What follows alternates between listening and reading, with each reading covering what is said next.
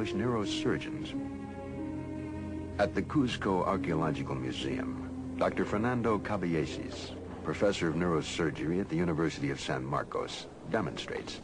These skulls here are just a very small sample of the tremendous amount of skulls that were found in the graves of the ancient Peruvians. I think that all in all, we have studied more than 10,000 skulls that have been unearthed. Now, these are some of the instruments that they used. This is called the tumi knife, which was used this way just to open the scalp. This cannot be used in the bone.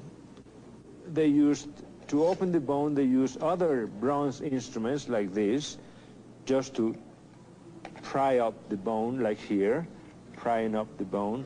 There are some other odd instruments like this, just to make these indentations. And there are at least 2 dozen different other instruments that were used also. This one here is a very interesting specimen. It shows a very persistent surgeon. You find here that this man suffered 4 operations, and he survived every one of them.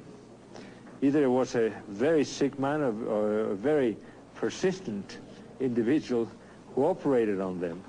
But he was a very good technician, because after all, these areas, especially these 2 openings, are right over very, very dangerous sites that even right now, with all the techniques that we use now, we would just be very much afraid of operating in these sites. And this man really survived these operations. In Calca, near here, near Cusco, where about, I would say, 85% of the skulls show healed trephanations. 85% of survivals from skull operations is a pretty good and excellent result. At the Yerkes Regional Primate Center, scientists implant monkeys with electrodes.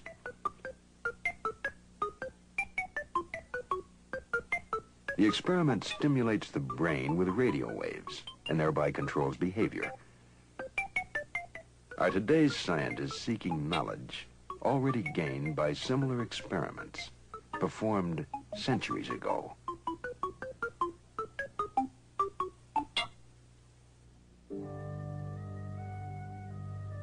In 1947, a Bedouin boy found the first of the Dead Sea Scrolls in the caves of Qumran.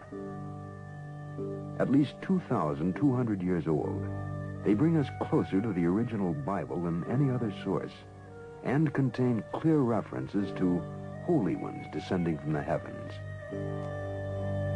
While biblical scholars study the scrolls for their theological implications, other scientists have looked to the Bible for evidence of extraterrestrial visits to the Earth. An aerospace engineer at NASA's Marshall Space Flight Center, Joseph Blumrich, has found in the visions of Ezekiel a technical description of a spaceship. The prophet Ezekiel describes 4 encounters with spaceships. At first he saw clouds, fire, and he heard noise coming out from the sky out of the north. And as the vehicle approached, apparently it came rather quite in his direction, he observed what he calls living creatures. What Ezekiel calls the living creatures had straight legs and round feet, or calf's feet sometimes they're called. And it was the description of these landing legs that made me take the book of Ezekiel serious from an engineering point of view. I have had the opportunity about 10 years ago to work with my group in my office for the development of such a landing gear for an unmanned lunar landing station. For that hypothetical vehicle, we developed the landing gear and what we call the footpan, and what Ezekiel would call the round feet.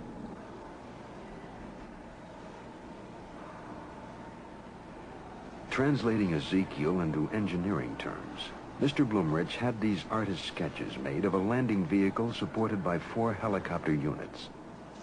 One of the interesting examples of Ezekiel's ability to observe and to describe are the faces he sees on these living creatures.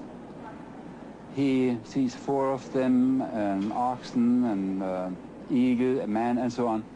They are located at the top of these helicopter units, and consequently they contribute to his impression of having some living creatures in front of him. What they actually are is quite interesting. Now, some helicopters, and particularly in this case this one, needs protection, just some hood around to protect them against dust or weather and so on. And such sheet metal structures will have cutouts, will have humps in order to accommodate levers or rods which are below them. And they do have, they may have the distinct appearance of faces. We have a number of such face-like structures, like for instance the Gemini capsule. Then we have very interesting feature that looks like a monster, and every one of the audience will remember to have seen faces in rocks, in old trees and tree stumps.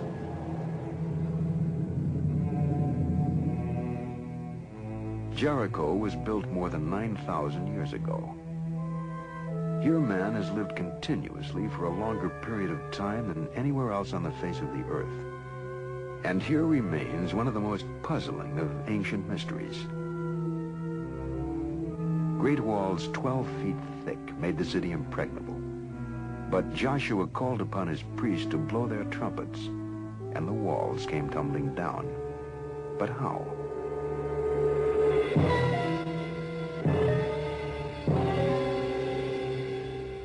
One theory holds that an earthquake tumbled the walls of Jericho. An earthquake that was part of an enormous planet-wide catastrophe.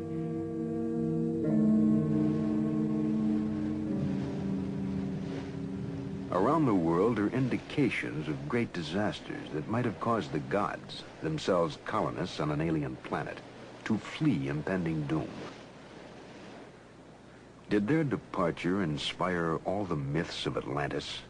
Could there have been several colonies, blurred by time into the one Atlantis first reported by Plato?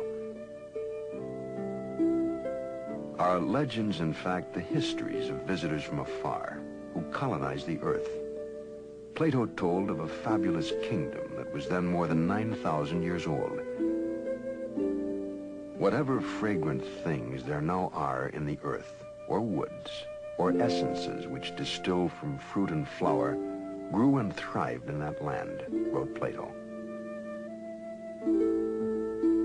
They constructed buildings about them and planted suitable trees. Some of their buildings were simple, but in others they put together different stones, varying the color to please the eye and to be a natural source of delight.